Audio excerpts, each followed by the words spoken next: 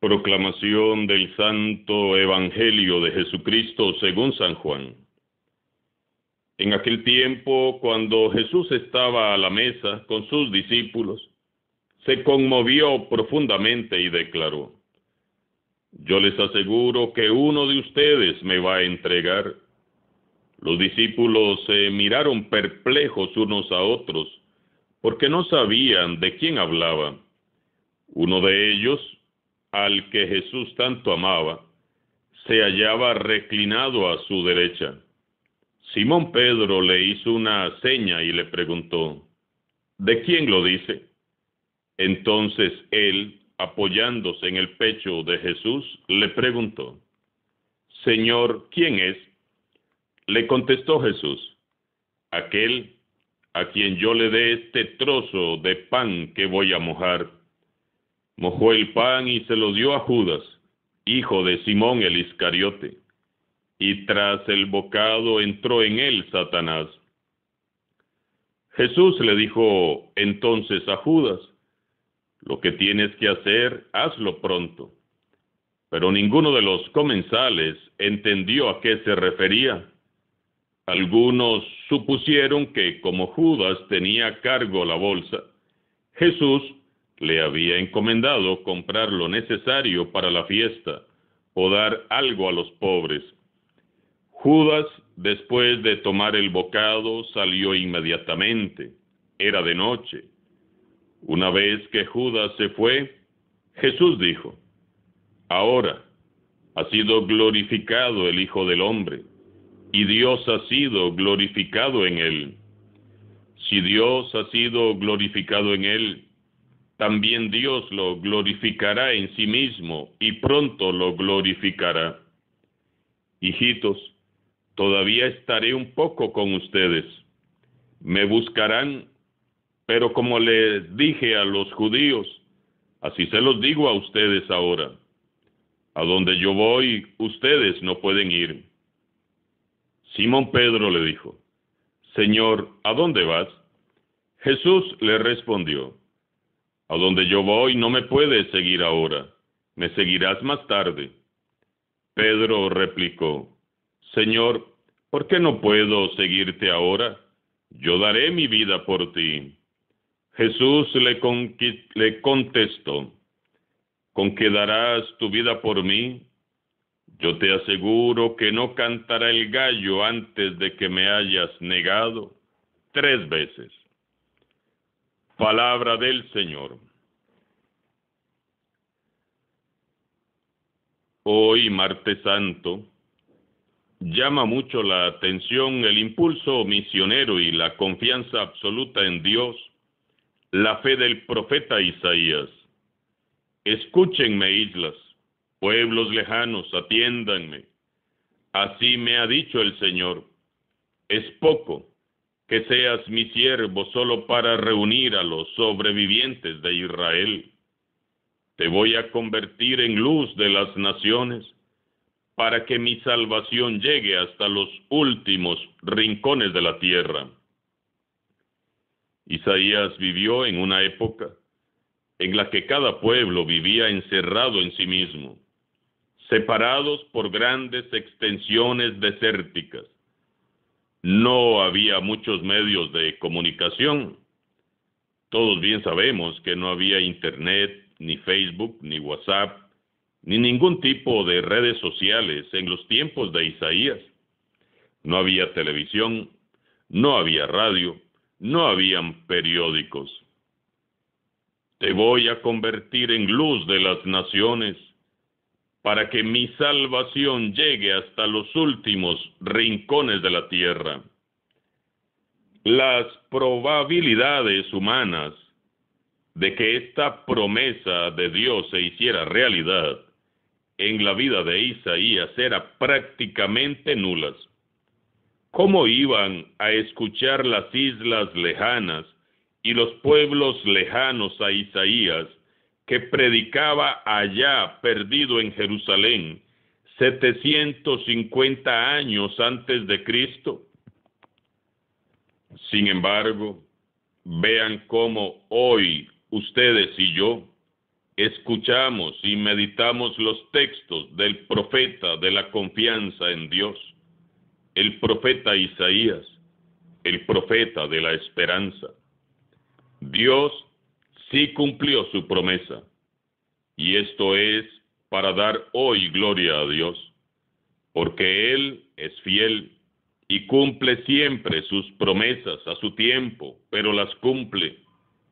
Isaías, bienaventurado seas, Isaías, porque hoy, tal como Dios te lo prometió, eres luz de las naciones, y tu mensaje ha llegado a estos pueblos lejanos, donde hoy todos con alegría leemos tus escritos.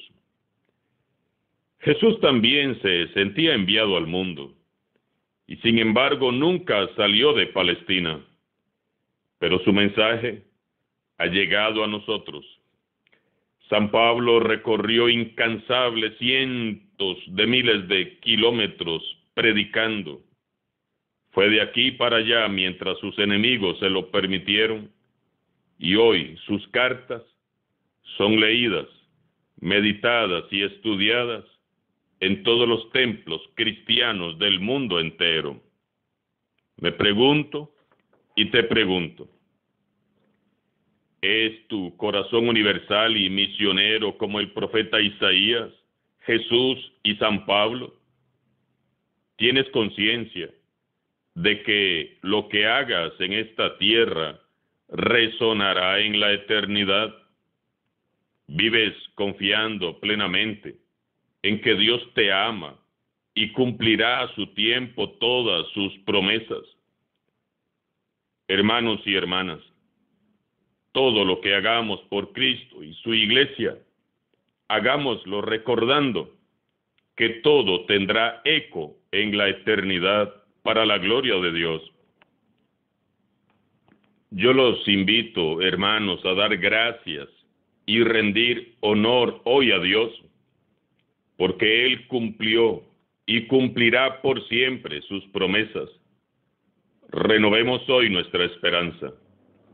Levantemos los ojos y mirando al cielo digamos, Señor, yo confío en ti, yo creo en ti, sé que cumplirás tus promesas. En el Evangelio seguimos meditando en las dos posturas de las que ayer hablábamos. Este pasaje nos ayuda a profundizar más aún en el extremo del resentimiento y en el extremo del amor. Hoy, en el extremo del amor, hallamos a Juan el discípulo amado. Juan es el discípulo amado no porque sea el preferido o el más chineado y consentido o el más bueno, no, nada de eso. Juan es el discípulo que sabe que es amado, ama y se deja amar por Jesús. Juan amaba a Jesús y se dejaba amar por él. Era imperfecto Juan, mucho. Era un muchachito inexperto e inmaduro. Su ímpetu, sus arrebatos, sus berrinches, su carácter fuerte, le había hecho ganarse el apodo de Boanerges, hijo del trueno, junto a su hermano Santiago. Pero Juan amaba a Jesús, y Jesús le amaba a él, así berrinchudo como era. Jesús sabía que el amor es lo único que nos va perfeccionando poco a poco, día a día. Por eso, hermanos y hermanas, no miremos tanto nuestros defectos y debilidades. Miremos mejor a Jesús, que nos ama tanto. Recostémonos en su pecho y experimentemos su amor incondicional. Es su amor lo que nos va a transformar. Déjese amar por Jesús. Usted no se ponga a echarse tierra solito, solita, haciendo una lista de sus defectos y de sus pecados y contándole a Jesús lo indigna que es usted. Es que Jesús ya lo sabe todo de usted y aún así te ama y te ofrece su pecho para que te recuestes. Recuéstese en Jesús y déjese amar por Él de una vez por todas. Saquemos todos los días un ratito para recostarnos en el pecho de Jesús.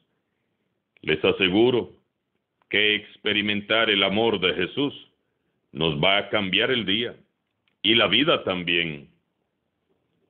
En el otro extremo encontramos hoy a dos discípulos, Judas y Pedro. Los dos, tanto Judas como Simón Pedro, al igual que Juan, tuvieron la misma oportunidad de ser amados y de amar a Jesús. Pero veamos cómo al final la respuesta será diferente. Mientras que Juan se recuesta en el pecho de su maestro, Pedro asegura que dará su vida por Jesús, pero, como todos lo sabemos, terminará negando con imprecaciones que lo conoce. Luego vendrá el llanto de arrepentimiento. Judas, pobre Judas. Judas se dejó arrastrar por 3 pecados graves: soberbia, orgullo y resentimiento, y traicionó a Jesús. 3 pecados tan graves como comunes. Soberbia, que llevó a Judas a creer que él tenía derecho de hacerse un Mesías a su medida y a su gusto. A menudo nosotros, como Judas, también queremos un Mesías a nuestro gusto, que haga lo que yo quiero.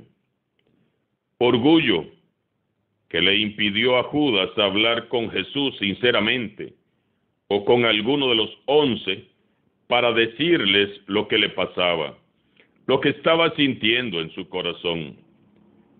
¿Cuántas veces, sintiéndonos fuertemente tentados, en lugar de buscar ayuda en la comunidad de hermanos, lo que hacemos es retraernos, alejarnos, apartarnos? ¿Cuántas veces, en lugar de hablar de lo que sentimos o nos pasa, nos cerramos y nos amargamos solitos el alma? Esto fue lo que le pasó a Judas. Si él hubiera hablado, tal vez no hubiera caído tan bajo. Resentimiento, que es la puerta abierta para que fácilmente se introduzca el mal en nuestro corazón. ¿Cuánto mal hemos hecho por estar alimentando los resentimientos del pasado? Judas estaba resentido porque el mensaje de Jesús lo cuestionaba directamente. Jesús decía que había que ser humildes y él era soberbio, Judas. Jesús decía que había que ser generosos y Judas era avaricioso, robaba de la bolsa. Jesús decía que había que proclamar la paz y amar a los enemigos, y Judas quería la guerra, la sublevación y la rebelión. Por decirlo de algún modo, Jesús como Mesías defraudó a Judas, y Satanás aprovechó esa puerta abierta en el corazón de Judas para entrar y desde allí maquinar la traición. Los 3 discípulos eran amados, muy amados, pero cada uno dio una respuesta al amor de Jesús. Conmueve hasta las entrañas el gesto de Jesús, que en la última cena que le ofrece a Judas el primer bocado. El gesto de ofrecer el primer bocado era el gesto especial con el cual el jefe de la casa homenajeaba al invitado de honor. Para Jesús, Judas no es el traidor, sino el invitado de honor de aquella última cena. Fue el más preferido y el más amado aquella noche, más que Juan incluso. Fue la última cena de Jesús y la de Judas también, porque luego de probar el bocado, Satanás ingresó en Judas y lo alejó para siempre de Jesús. Lo que más impresiona del relato es comprobar que la traición se fraguó en el círculo de los íntimos, de aquellos que han tenido acceso al corazón del Maestro. Les aseguro que uno de ustedes me va a entregar. ¿Con cuánto dolor habrá dicho esto Jesús? Él sabía ya que algo muy malo se estaba moviendo y que estaba cerca, y que en uno de aquellos sus amigos ya la serpiente maldita había hecho su nido. Pedro lo negó 3 veces. Maldijo jurando que no lo conocía, pero luego lloró amargamente arrepentido, y Jesús lo perdonó y lo restituyó. Judas lo traicionó, lo vendió, dudó, no creyó y se ahorcó. El pecado más grande de Judas no fue su soberbia, su orgullo, su resentimiento, ni siquiera su traición, sino haber dudado de la misericordia de Jesús. No dudemos de la misericordia de Jesús. Recostémonos en su pecho y dejémonos amar por Él. No importa cuán grandes hayan sido nuestros pecados, siempre será más grande su misericordia. Hay esperanza en Jesús para todo pecador. Solo tienes que arrepentirte y recostarte en su pecho. Es su amor lo que nos va a transformar. Vivamos en el extremo del amor, como Juan, imperfectos, sí, pero recostados muy cerquita del corazón de Jesús. Vengan a mí, nos dice Jesús. Vayamos pues y contemplemos con los ojos muy abiertos y el corazón palpitante, como Jesús siempre cumple sus promesas. Alabado sea Jesucristo, sea por siempre bendito y alabado.